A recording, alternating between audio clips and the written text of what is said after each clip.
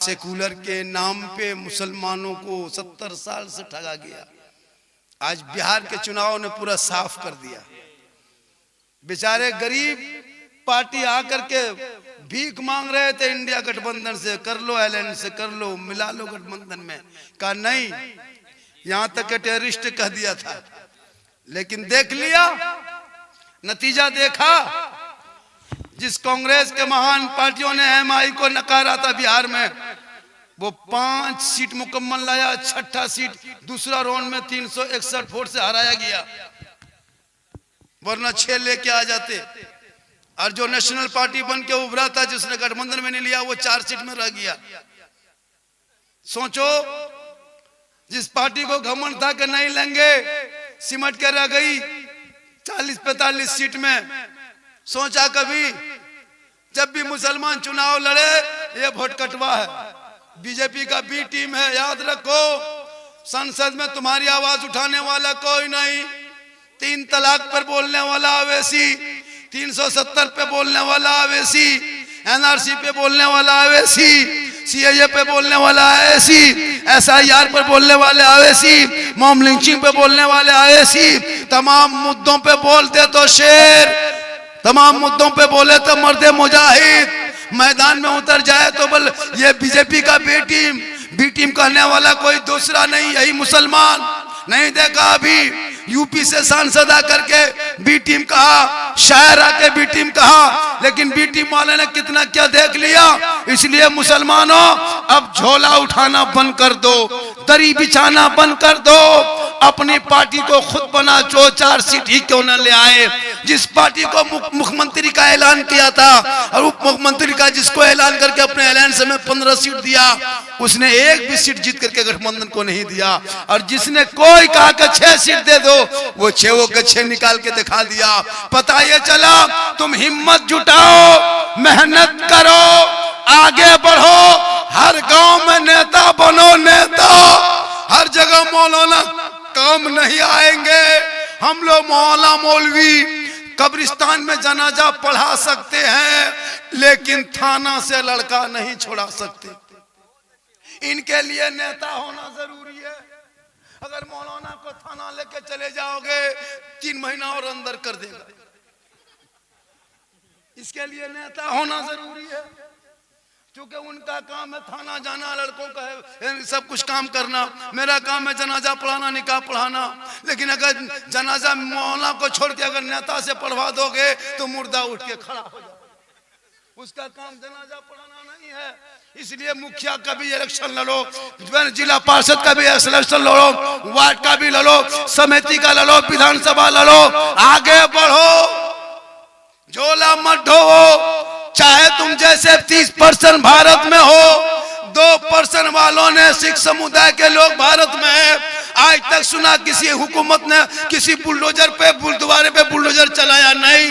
लेकिन सुने हो, हर दिन हर एक दिन मुसलमान के मस्जिदों को तोड़ा जा रहा है।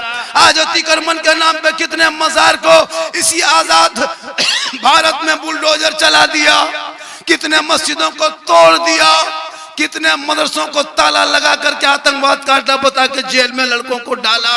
आई लव मोहम्मद का पोस्टर बरेली की धरती पे उठा दिया, तो कितने गरीब मुसलमान पे लाठी चार्ज करके जेल में डाल दिया। उसी फतेहपुर में दिन के उजाले में 250 पुलिस के मौजूदगी में जब फतेहपुर का मकबरा तोड़ा गया, न किसी का घर तोड़ा गया, न किसी को जेल में डाला गया। ये तानाशाही की हुकूमत कब तक देश में रहेगी?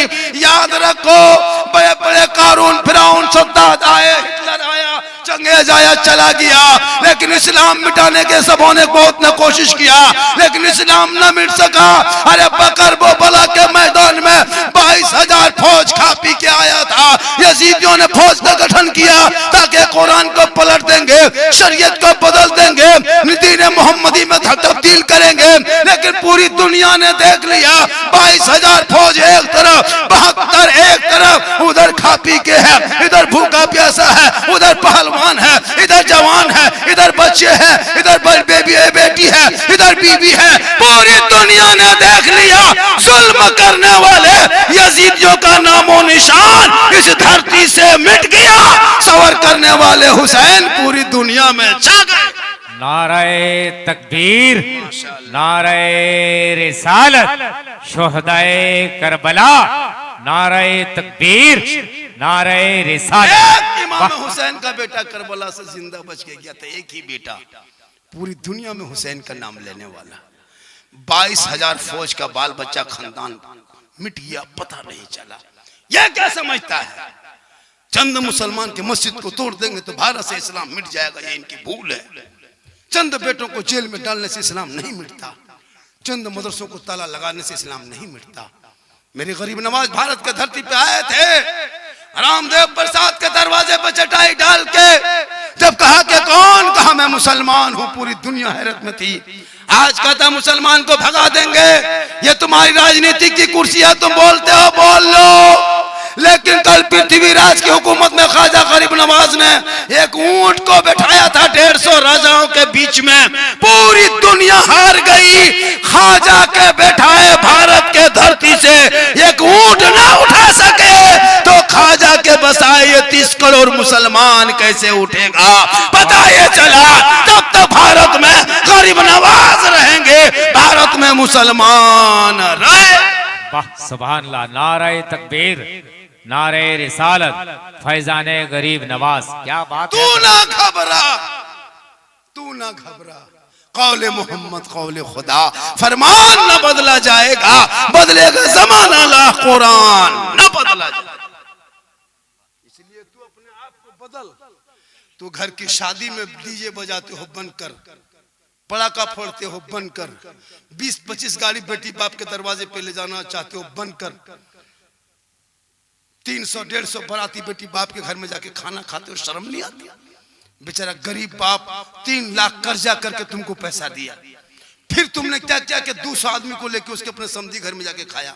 घर में हलवा भुंजिया खा के गया है, मर भत्ता खा के गया है, और वहां टेबल पर बैठेगा पहलवान के तरह और पूछेगा क्या आइटम बना है। जब खाने लगेगा तो हड्डी पीस है, हड्डी पीस मांगता है और अपने हड्डी की तरह दिखा रहा है। मुंह में गोश्त नहीं है, बोलो हड्डी पीसो हड्डी पीस। बेटी बाप घर गए हो खाली फरमाइश। कसम खुदा की फिरोज राहत भाई, अगर बेटी बाप अपना कलेजा भी भून के खिला देगा ना, फिर भी बेटा बाप कहेगा कलेजा मिलो, फोक्सिया नहीं मिलो, गुरुद्वा नहीं पालियो, खाली कलेजे।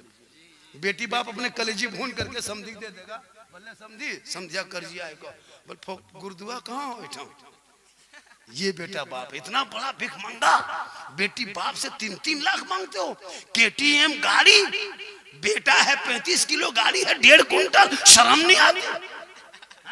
कभी सोचा आपने? बेटी बाप से पैसा मांगते हो, इतना बड़ा भिख मंगा। पलंग देगा बेटी बाप तब सोएगा तेरा बेटा, गाड़ी देगा बेटी बाप तब चलाएगा तेरा बेटा, कपड़ा देगा बेटी बाप तब पहनेगा तेरा बेटा, अलमारी देगा बेटी बाप सामान रखे तेरा बेटा, कुर्सी देगा बेटी बाप तब बैठेगा तेरा बेटा, बर्तन देगा बेटी बाप खाएगा तेरा बेटा। एकदम खानदानी भिख मंगा है। तो रमजान में फितरा उठा, वरना तौबा कर। पड़ाका फोड़ते हो, शर्म नहीं आती नबी की सुन्नत में? इसलिए मुसलमानों बहुत दिन से पड़ाका फोड़ा, अब पड़ाका फोड़ना बंद कर दो खुदा के वास्ते। इस पड़ाका में कोई फायदा नजर आया? जब फायदा नहीं तो क्यों फोड़ते हो? 10 टका 5 टका पड़ाका कब तक फोड़ोगे? ये पड़ाका फोड़ना बंद कर दो। 2026 में गुनिया सोल के मुसलमानों, अब बारात जाओगे पड़ाका लेके मत जा, 2-4 को बम लेके जा, मार समझी घर में उड़ा दो। जो पड़ाका कितना ठोक ढाप सभा, एगो बम मानी पूरा मधुपुर गरम ना, तो 4 को डना माटी ले जाओ, समझी घर कौन माम करे सीधे जन्नत। जब इतना सवाब है, 10 टकवा का है, बम बंद कर रहा, समझिया घर में पटक दी।